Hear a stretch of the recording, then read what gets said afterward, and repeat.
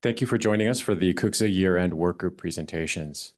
Next, we will hear from the Wellness Workgroup, where they'll share their findings and their recommendations. I'm happy to introduce to you Courtney Klein, Wellness Workgroup Chair.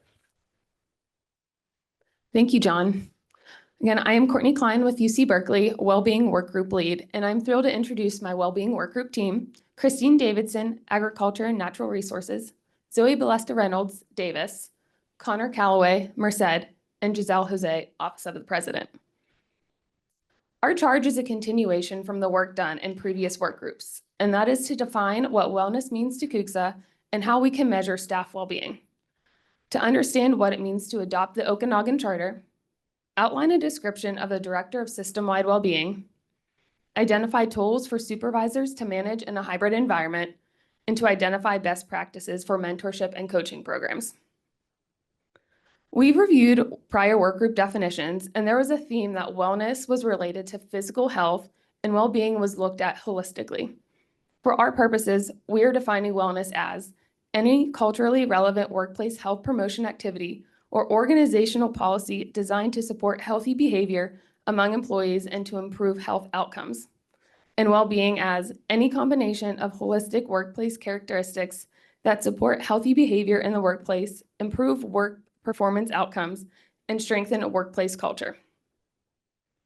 The heart of any organization is its people, and staff provide essential support to our faculty and students. When employee well-being is low, productivity, retention, and recruitment, and the university's bottom line suffer, as also shared in the Sustainable Workforce presentation. In order to measure staff well-being in the workplace, we've partnered with the UCOP System-Wide Wellness Workgroup to identify 5 key pillars of well-being and questions that we will be used to measure how staff are feeling under each pillar. The identified well-being pillars are career, mental, physical, financial, and community.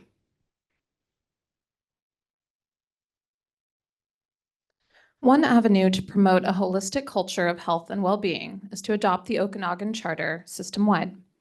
In the most simplified form, required steps for adopting the Okanagan Charter are 1, a campus leader signs the statement of adoption, and 2, campus-specific commitments for the activation of the Okanagan Charter are summarized on institution letterhead. Thanks to existing campus wellness program managers and UCOP support, all University of California campuses are already doing the work of becoming health-promoting campuses through the current Healthy Campus Network. Adopting the Okanagan Charter is a step to formalize the process and galvanize the campuses around making systems-level well-being an institutional value. We recognize that the specific activation and commitments around the Okanagan Charter will differ according to unique campus contexts. This slide shows that visualizations depicting Okanagan Charter adoption vary widely amongst institutions of higher education. Embedding health into all aspects of campus culture, the first call to action of the Charter is fundamentally ingrained in existing UCOP policy, such as the sustainability policy listed here, which establishes goals in 13 areas of sustainable practices, including well-being. Leading local and global collaboration is fundamentally ingrained in UCOP's mission, and health and well-being promotion, the Charter's second call to action, is no different. UC campuses have already joined the network of institutions interested in aligning with Okanagan Charter, and 5 campuses have successfully signed the Charter. The Okanagan Charter is an aspirational document with no financial component. The UCs are currently invested in doing the work, have been doing the work, and will continue to do the work required for adoption. Front-facing Charter support is critical, as recommended by institutions who have adopted the Charter, as well as system-wide UC wellness managers' direct feedback. Examples include a formal letter of support from CUCSA, cross-functional partners such as chancellors, academic senate, student government, and Office of the President. We joined the Student Mental Health Oversight Committee's recommendation to encourage the 5 remaining campuses to adopt in order for the University of California to become the first university system to adopt the Okanagan Charter. Leveraging the power of 10 in a system-wide well-being effort allows incredible opportunity for exponential impact.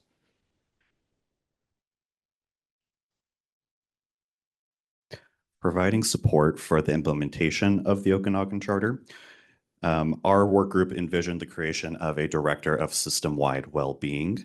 This position, however, has gone through a number of different iterations over the last year. So I'm going to take you through a brief journey of what that has looked like. The original vision of the position, which was a carryover from last year, looked at having just a title of Director of System-Wide Wellbeing, serving only staff, and housed within labor relations in UCOP. After meeting with our friends at UCOP, we had a second version, which was still a Director of System-Wide Wellbeing, still only served staff, but this time it would be housed in employee relations. After that, we met with a chief wellness officer at a particular institution, Ohio State, and we had to revisit the drawing board again, right? So instead of it being a director position, we changed it to be a vice president chief wellbeing officer. Instead of serving just staff, the position would serve staff, faculty, and students. And instead of being housed within HR, it would be its own division under the president. You might have a few questions about this. Here are two of the big ones. Why a VP? So we feel that a VP level position is needed in order to center well-being across all of our locations. Also, a VP CWO will then be able to work with the wellness managers and campus location CWOs to help shape system-wide well-being strategic plans. As regard to other question that might come up, why not HR? So well-being, as we are defining it, it's very complex. It's very wide-reaching. And as we learned from our meeting with the CWO of OSU, and this is a direct quote, I'm not trying to put anything out there, HR is great at designing benefits, but not so much behavioral or cultural changes. So supporting the immediate campus's well-being needs, we also recommend that the locations hire or elevate local CWOs. Ideally, these would be vice chancellor level positions. And again, ideally, these would not be housed in HR if they were not vice chancellor level positions. The campus location CWOs would collaborate with wellness managers to create relevant campus strategic plans in accordance with the system-wide plans. So these plans should also be around 3 to 5 year increments based on the best practices outlined by the CWOs that we've met with. These campus location chief wellness officers will also serve as a point of contact for our local wellness managers to advocate to the VP CWO in support of the work that's already being done. And we want to point out that this position, none of these positions are intended to replace any existing wellness staff.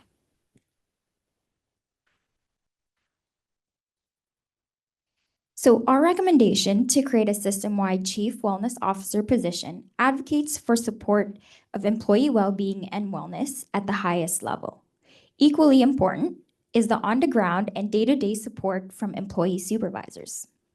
Supervisors are often the first point of contact for employees when we face challenges or need support. It is essential for supervisors to be knowledgeable about resources and equipped with the tools and skills to help their employees navigate work-related stressors or difficulties. By offering the right tools and training and insight into the workforce, UC can help supervisors better support staff, enable us all to deliver the impact we are all capable of.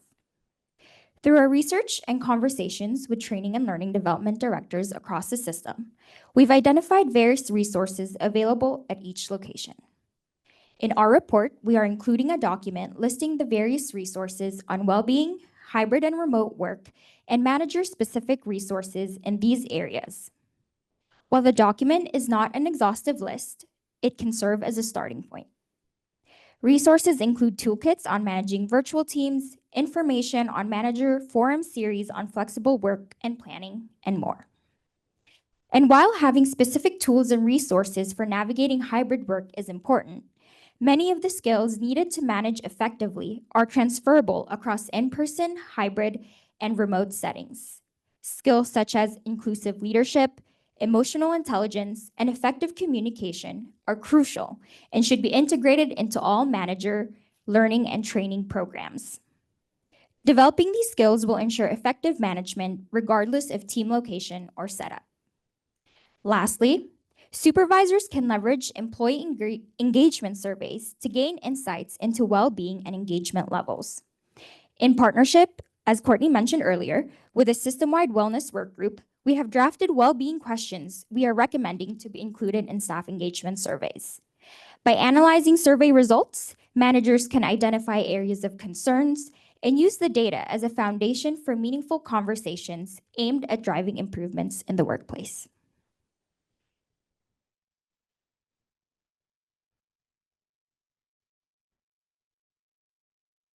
After reviewing mentorship and coaching program websites and interviewing various locations, common themes arose for challenges and successes. These challenges included a very small bandwidth for many programs, difficulty recruiting new mentors, and limited time to find or create new resources. Through these efforts, a resource document was created for best practices for mentorship and coaching programs. So here are some highlights of the best practice resource page. So first of all, it's important to identify the purpose of the program. From there, you should definitely create a framework to get through that purpose. Data should be collected on program success, and mentors and mentees should be provided with resources to ensure a comprehensive and satisfactory experience. Goals should be set and check-ins offered to track the progress and adjust as needed. Creating multiple avenues for mentor recruitment will help to gain more mentors, and providing toolkits and resources will help, again, to create a more satisfactory experience. Recognizing and rewarding all participants in the program will help to highlight these people that are volunteering their time and also show that this program is doing well if you're showing the successes of the mentees. So our work group has created multiple resources to be used by staff assemblies or CUCSA, and I will go through a few of them. So we created a workplace well-being standard guide, the Okanagan Charter Toolkit, managing in hybrid environment resource document, and coaching and mentoring best practice resource document. Those will be available in the final report.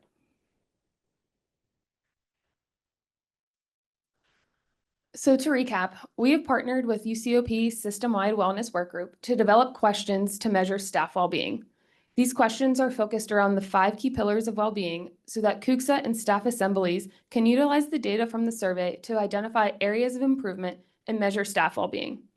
We recommend that these survey questions be continued to be utilized in future engagement surveys. Next, we partnered with a committee of health promotion directors in their efforts to endorse and recommend system-wide adoption of the Okanagan Charter. We recommend that the University of California to become the first system to adopt the charter. Currently, we are halfway to this recommendation, and to have all campus adoption, we need presidential support to these campuses.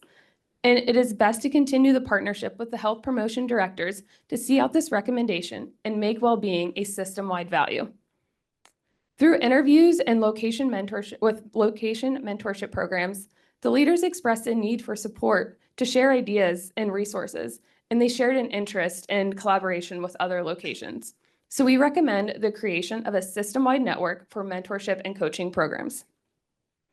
After discussion with internal partners in Ohio State, we recommend the Office of the President create and fill a Vice President Chief Wellbeing Officer and create and/or elevate campus CWO positions. And to support the overall well-being of the UC community, we recommend a revision to the absence from work policy. We acknowledge that there is going to be a policy change to include mental health conditions in 2025, but we recommend that the wording be reframed to mimic the Berkeley Lab policy that was revised in 2023 that clarifies the sick leave policy removes ambiguity, and reduces the stigma of mental health. For more information, be sure to see the full workgroup report that is linked in the video description. We'd love to discuss our recommendations with you at the CUCSA Town Hall on Tuesday, July 9th at 11 a.m. Full details are available on our website at cucsa.ucla.edu, or you are welcome to email me any questions about our recommendations at courtneyklein@berkeley.edu.